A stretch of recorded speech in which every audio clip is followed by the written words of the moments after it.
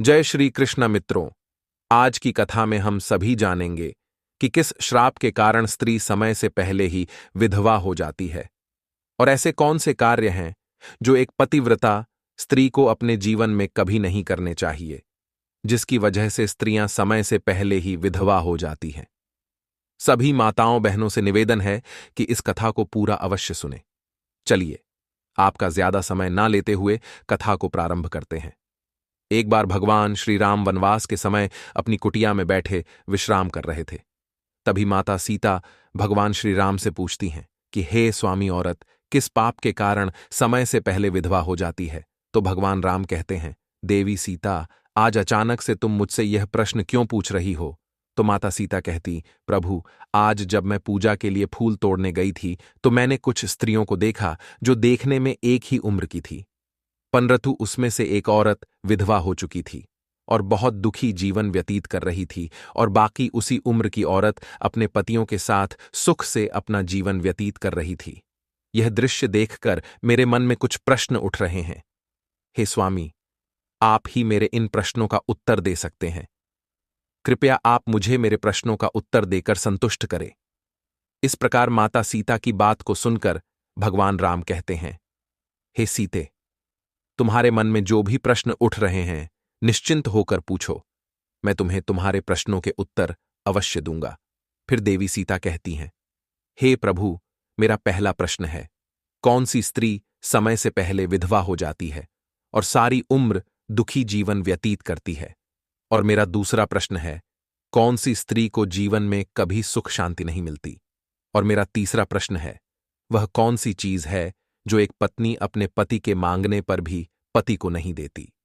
इस तरह माता सीता के तीनों प्रश्नों को सुनकर भगवान राम कहते, देवी, तुम जिन स्त्रियों की बात कर रही हो उनमें से एक स्त्री समय से पहले ही विधवा होकर अपना दुखी जीवन व्यतीत कर रही है, और वहीं पर अन्य स्त्रियां सुहागन हैं और अपने पति के साथ खुश होकर सुखी जीवन व्यतीत कर रही हैं। तुम जानना चाहती हो आखिर ऐसा क्यों है? तो देवी सुनो, मैं तुम्हें इन सभी प्रश्नों का उत्तर एक कथा के माध्यम से देना चाहता हूं।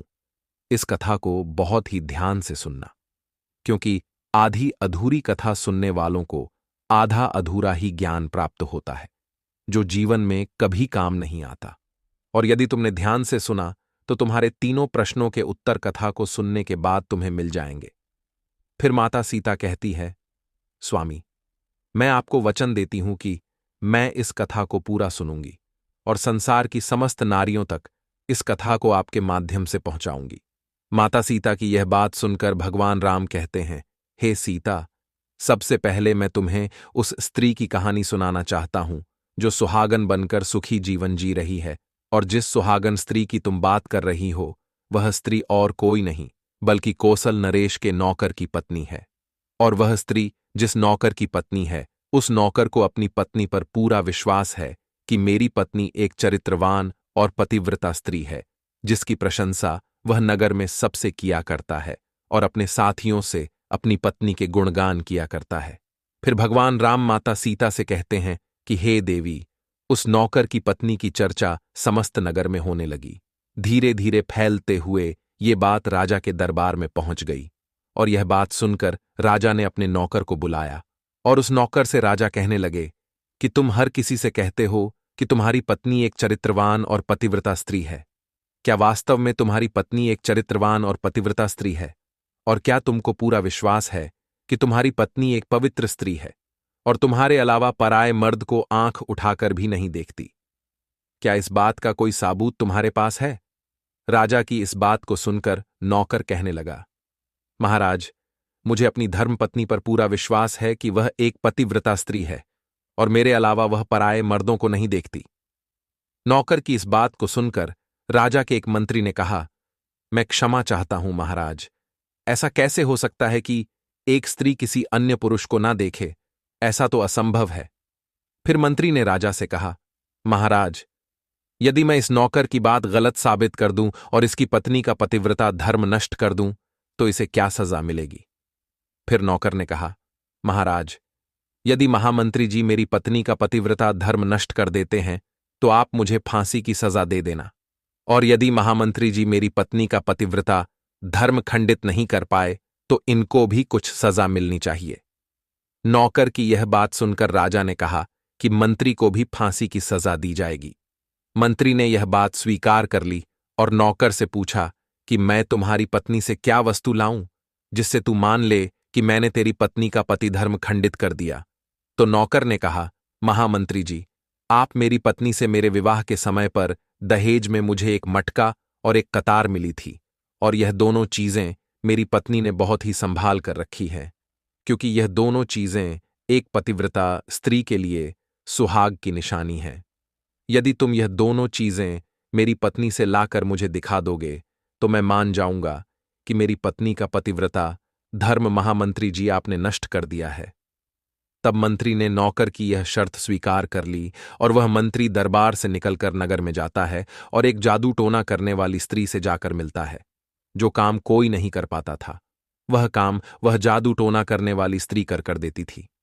फिर मंत्री ने उस स्त्री को सारी बात बताई और कहा, तू कैसे भी करके उस नौकर की पत्नी से मेरा संबंध बनवा दे, इसके बदले तुझे जितना धन चाहिए मैं उतना धन देने को तैयार हूं। इस तरह मंत्री की बात सुनकर वह स्त्री कहने लगी, मंत्री जी, आपको कहने में आसान लगता होगा किंतु ऐसा कुछ भी नहीं है।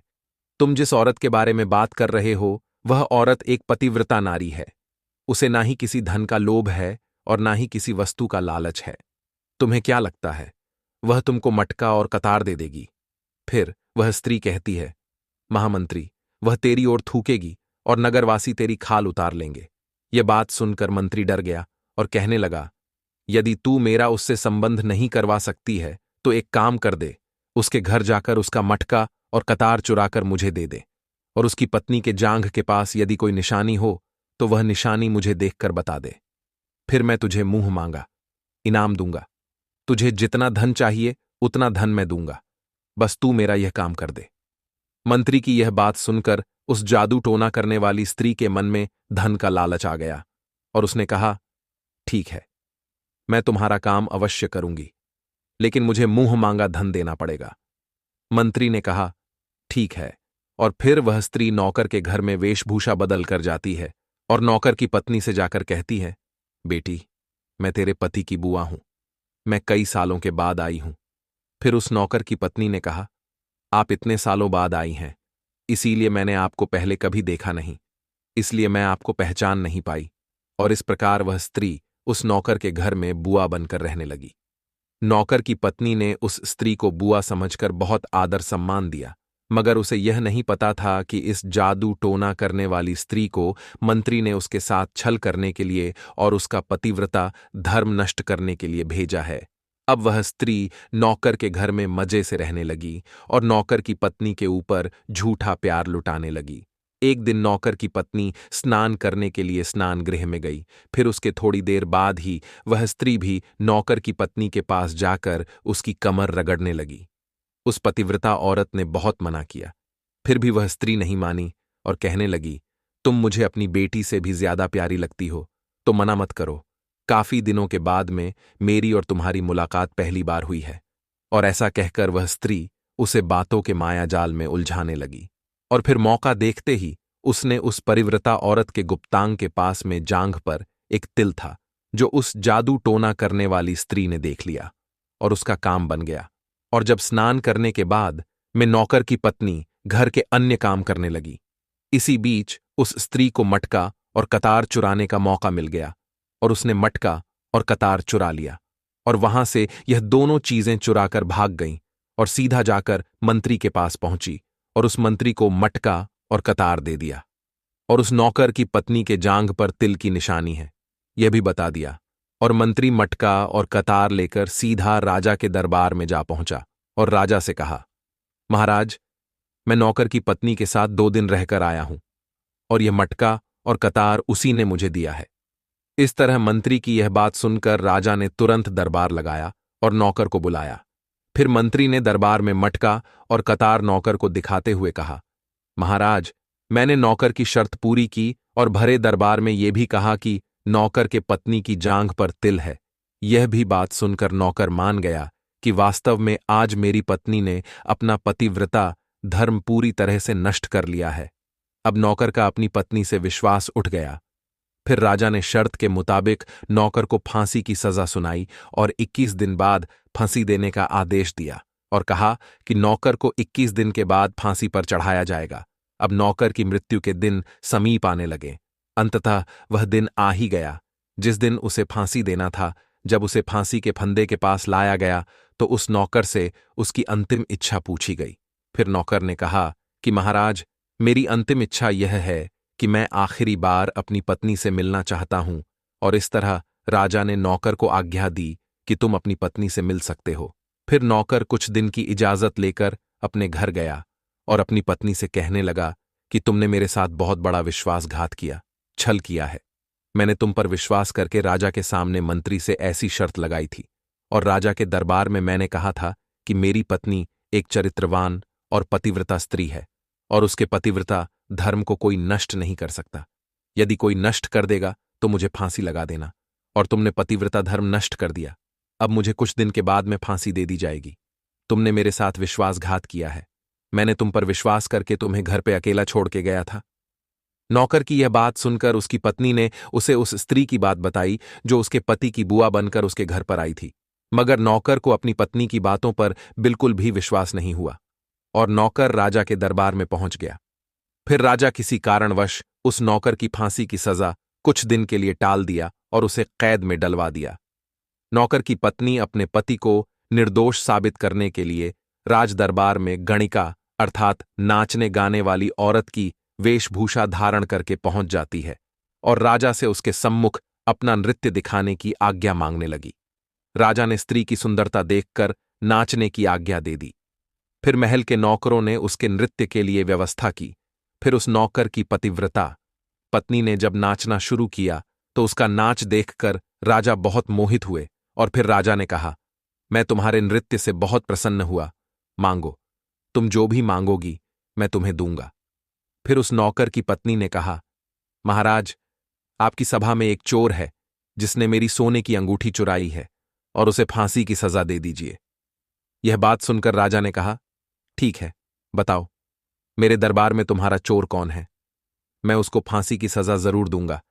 और फिर उस नौकर की पतिव्रता स्त्री ने कहा, महाराज, और कोई नहीं, आपके मंत्री ने ही मेरी अंगूठी चुराई है, आप इनको फांसी की सजा दें।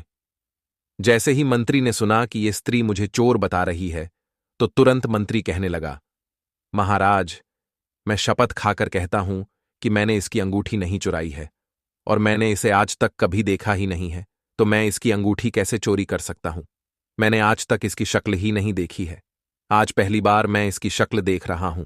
जैसे ही मंत्री ने कहा कि मैंने इस स्त्री की आज तक शक्ल ही नहीं देखी है तो वह पतिव्रता औरत अपने वास्तविक वेशभूषा में आ गई और कहने लगी, महाराज, इस मंत्री ने मुझे पहले कभी देखा ही नहीं, तो आप इससे यह पूछो कि यह मटका और कतार कहां से लाया है, और मैं उसी नौकर की पत्नी हूं जो आपके यहां पर नौकरी करता है और आप मेरे निर्दोष पति को फांसी पर चढ़ाने वाले हैं। इसीलिए मुझे यहां इस गणिका की वेशभूषा में आपके दरबार में आना पड़ा। मैं आपको इस मंत्री की पूरी सच्चाई सुनाती हूं। ये जो आपका मंत्री है, इसने मेरे पास में एक जादू टोना करने वाली स्त्री को मेरे पति की बुआ बनाकर भेजा था और उसने धोखे से मेरी जांघ के तिल का पता लगाया और उसी स्त्री ने यह मटका और कतार चुराकर इसको दे दिया और आपके मंत्री ने इसके बदले उसको बहुत सारा धन दिया है और मेरे साथ यही छल हुआ है, महाराज, और मैं आज भी पतिव्रता हूं। स्त्री की इस बात को सुनकर राजा ने उस स्त्री को बुलाया। फिर उस स्त्री ने राजा के डर से मंत्री की सारी सच्चाई राजा को बता दी, जिससे राजा ने उस नौकर को अपनी कैद से रिहा कर दिया और उसकी जगह मंत्री को फांसी पर चढ़ा दिया। और कथा को आगे बताते हुए भगवान राम कहते हैं, हे सीते, इस प्रकार उस नौकर की पतिव्रता स्त्री ने अंत में राजा से कहा, महाराज, मैं अपने पति से बहुत प्रेम करती हूं, मैं एक चरित्रवान स्त्री हूं और मैं कभी भी अपने मुंह से अपने पति का नाम तक नहीं लेती हूं। इस प्रकार भगवान राम कहते हैं, हे सीते, कथा पूरी हो गई। अब तुम अपने तीनों प्रश्नों के उत्तर सुनो। तुम्हारा पहला प्रश्न था, कौन सी स्त्री समय से पहले विधवा हो जाती है? तो जो स्त्रियां अपने मुंह से अपने पति का नाम लेती हैं और उनको हमेशा नाम से ही बुलाती हैं, वे स्त्रियां समय से पहले ही विधवा हो जाती हैं और बिना पति के दुखी जीवन व्यतीत करती हैं। क्योंकि यदि कोई स्त्री अपने पति का नाम मुंह से लेती है तो पति की उम्र कम हो जाती है और समय से पहले ही उस स्त्री के पति की मृत्यु हो जाती है और स्त्री समय से पहले ही विधवा होकर एक दुखी जीवन जीती है। बस यही कारण है कि तुम जिन स्त्रियों की बातें कर रही थीं, उनमें से एक विधवा इसी कारण से हुई है और उनमें से एक नौकर की पत्नी थी जो पतिव्रता स्त्री थी। यह स्त्री कभी भी अपने पति का नाम मुंह से नहीं लेती थी, जिसके कारण वह आज भी सुहागन है और सुखी जीवन व्यतीत कर रही है। और वह स्त्री जो समय से पहले विधवा होकर दुखी जीवन जी रही है, वह हमेशा अपने पति को नाम लेकर बुलाती रहती थी, जिसके कारण उनके पति की उम्र कम होती चली गई और फिर उसके पति की मृत्यु समय से पहले ही हो गई। आज वह औरत दुखी जीवन जी रही है, इसलिए किसी भी स्त्री को अपने पति का नाम अपने मुंह से नहीं लेना चाहिए। और तुम्हारा दूसरा प्रश्न था, कौन सी स्त्री को जीवन में कभी सुख नहीं मिलता है और वह पति के होते हुए भी सदा दुखी जीवन जीती है? तो समझ लो, जो स्त्रियां अपने पति की बिना अनुमति लिए कहीं भी चल देती हैं, वे कभी सुखी जीवन नहीं जी पाती हैं। ऐसी स्त्रियां जीवन भर दुखी ही रहती हैं और उन्हें पति का प्रेम कभी नहीं मिलता। फिर भगवान राम माता सीता से हैं। तुम्हारा तीसरा प्रश्न था कि ऐसी कौन सी चीज है जो एक पत्नी अपने पति को मांगने से भी नहीं देती है? तो समझ लो, वह चीज गाली है जो एक संस्कारी और चरित्रवान स्त्री कभी भी अपने पति को नहीं देती है। और जो स्त्रियां अपने पति को गाली देती हैं, वह स्त्रियां कभी चरित्रवान नहीं होती और ऐसी स्त्रियां जीवन भर दुखी रहती हैं, उसके जीवन में कभी सुख नहीं आता और समय से पहले ही ऐसी स्त्रियां विधवा हो जाती हैं।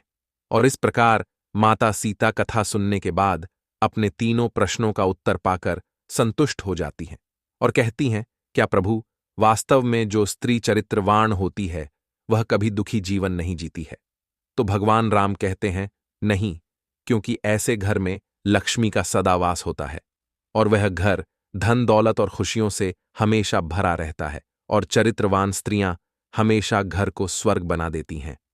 मित्रों, अगर यह कथा आप सबको अच्छी लगी हो तो कमेंट्स में जय श्री राम जरूर लिख देना और वीडियो को लाइक करके चैनल को सब्सक्राइब कर देना। वीडियो देखने के लिए आप सभी का हृदय से धन्यवाद।